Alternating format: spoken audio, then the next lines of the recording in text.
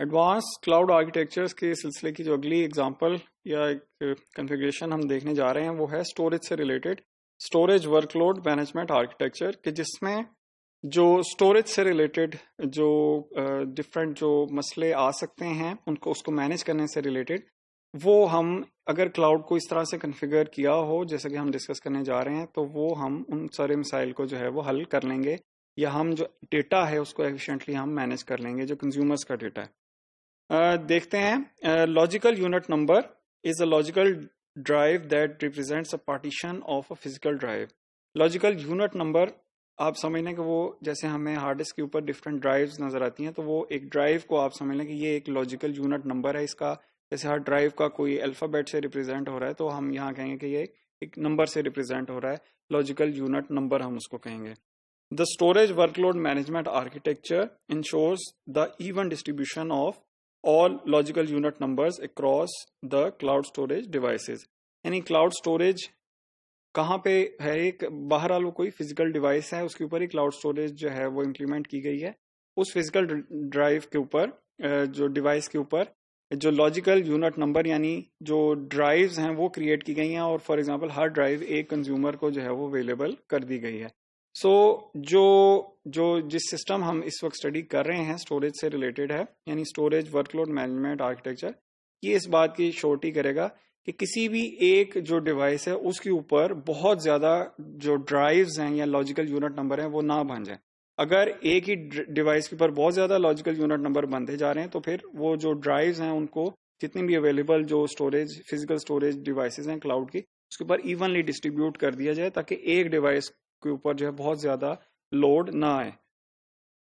The even distribution of logical unit numbers is done through implementation of a storage capacity system and a storage monitoring module। यानी एक जो monitoring module हो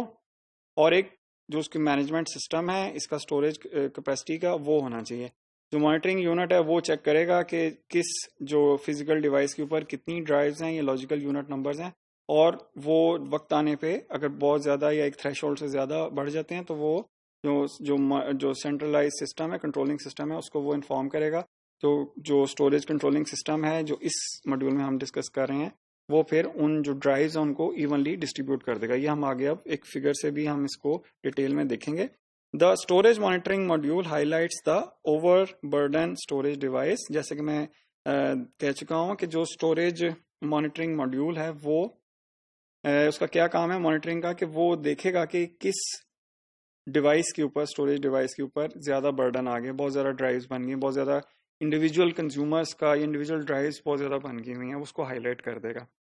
the storage capacity system evenly distributes the logical unit number drives. और जो उसके इसी के जो बाद क्या होगा कि जो जो जो उसका जो स्टोरेज कैपेसिटी सिस्टम है वो फिर उसको एक से दूसरी डिवाइस के ऊपर वो ट्रांसफर कर देगा। और इसमें जो एडिशनल जो मॉड्यूल्स हैं हमें रिक्वायर होंगे वो हैं cloud usages monitor, load balancer, logical network parameter, ताकि जो है ये सारे जो प्रोसेस है जो डिस्क हम एक्चुअली जो वर्चुअल डिस्क हैं हम जो ड्राइव्स हैं हम उसकी बात कर रहे हैं कि वो एक स्टोरेज डिवाइस से दूसरी डिवाइस पे मुंतकिल करने की बात कर रहे हैं। इसको अगर हम जो है फिगर से देखते हैं, ये हमारे सामने क्लाउड का आइकन है, उसमें हमारे पास स्टोरेज कैपेसिटी सिस्टम है ग्रीन कलर में जो कि कंट्रोलिंग सिस्टम है जो कि लॉजिकल यूनिट नंबर्स हैं उनको एक जगह से दूसरी जगह ट्रांसफर करने के काम आएगा। और एक स्टोरेज कैपेसिटी मॉनिटर है, वो क्या मॉनिटर कर रहा है, स्टोरेज 1, स्टोरेज 2, स्टोरेज 3, ये 3 जो क्लाउड स्टोरेज डिवाइसेस हैं ये हमारे सामने हैं। इनमें से जो स्टोरेज 1 है उसके ऊपर जो ब्राउन कलर के रेक्टेंगल्स हैं हम उसको कह रहे हैं कि ये लॉजिकल यूनिट नंबर है। लेफ्ट साइड पे क्लाउड कंज्यूमर जो कि 2 हैं, हम ये सपोज करते हैं कि जो अपर कंज्यूमर है वो जो लेफ्ट जो लॉजिकल यूनिट नंबर या ड्राइव है ये उसको एक्सेस कर रहा है, जो लोअर कंज्यूमर है वो जो राइट साइड पे जो ब्राउन आइकन है वो लॉजिकल नंबर यूनिट या जो ड्राइव है वो उसको एक्सेस कर रहा है। सो इस वक्त हमारे पास 2 यूजर हैं, 2 लॉजिकल यूनिट नंबर्स हैं, 3 स्टोरेज डिवाइस हैं, उन 3 स्टोरेज डिवाइस में से 2 फ्री हैं। जो स्टोरेज 1 है उसके ऊपर फिलहाल डेटा स्टोर किया जा रहा है। अब हम इंडिपेंडेंट हो गए, हम कंज्यूमर हमने निकाल दिया, हम सपोज अब हम उन 2 जो लॉजिकल यूनिट है हम उसके ऊपर फोकस कर रहे हैं कि अगर कंज्यूमर बढ़ जाते हैं और जो लॉजिकल यूनिट नंबर हैं वो अब 3 नहीं बल्कि 6 हो गए हैं और डिवाइसेस हमारे पास इस वक्त 3 है जिसमें कि तीसरी डिवाइस जो है वो अभी भी आइडल पड़ी हुई है। सो जो ज्यादा जो बर्डन आ रहा है इस वक्त वो हमारे पास आ रहा है स्टोरेज 1 और स्टोरेज 2 के ऊपर, जिसके ऊपर के इस वक्त तीन जो हैं वो लॉजिकल यूनिट नंबर या जो ड्राइव्स हैं वो डिप्लॉय हुई हैं। अब इस केस में जो स्टोरेज कैपेसिटी मॉनिटर है वो इंडिकेट करेगा स्टोरेज कैपेसिटी सिस्टम को कि ये दो जो स्टोरेज डिवाइसेस हैं इन ये ओवरबर्डन है, इनका बर्डन जो है वो शिफ्ट किया जाए, इवनली डिस्ट्रीब्यूट किया जाए जो इसके ऊपर ड्राइव्स हैं वो अवेलेबल जो दूसरी स्टोरेज है उसकी तरफ। सो ये जो स्टोरेज कैपेसिटी सिस्टम है ये सबसे पहले जो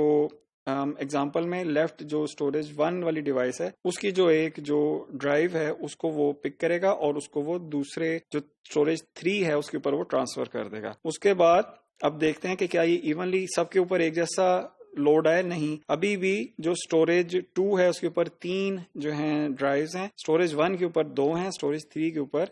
1 है। अगर स्टोरेज 2 की जो एक ड्राइव है वो उठ के स्टोरेज 3 के ऊपर ट्रांसफर कर दें तो हर एक जो स्टोरेज जो डिवाइस है उसके ऊपर इवन जो है वो नंबर ऑफ जो ड्राइव्स हैं वो आ जाएंगी। सो जो स्टोरेज कैपेसिटी सिस्टम है वो क्या करेगा कि वो इवनली सब जो स्टोरेज डिवाइसेस अवेलेबल थी उनके ऊपर एक जैसी जो ड्राइव्स हैं, नंबर ऑफ ड्राइव्स की मैं बात कर रहा हूँ, वो उसने वो डिस्ट्रीब्यूट कर दी ताकि जो लोड है इसके ऊपर कंज्यूमर्स के डेटा का वो जो आईओ का या इनपुट आउटपुट का लोड है वो इवनली डिस्ट्रीब्यूट हो सके। सो इस तरह से जो है ये जो मैनेजमेंट सिस्टम है जो इस वक्त हम डिस्कस कर रहे हैं एडवांस क्लाउड आर्किटेक्चर में, उसके थ्रू हमने जो स्टोरेज के जो लॉजिकल यूनिट नंबर्स थे या ड्राइव्स थी वो हमने इक्वली डिस्ट्रीब्यूट कर दिए हैं।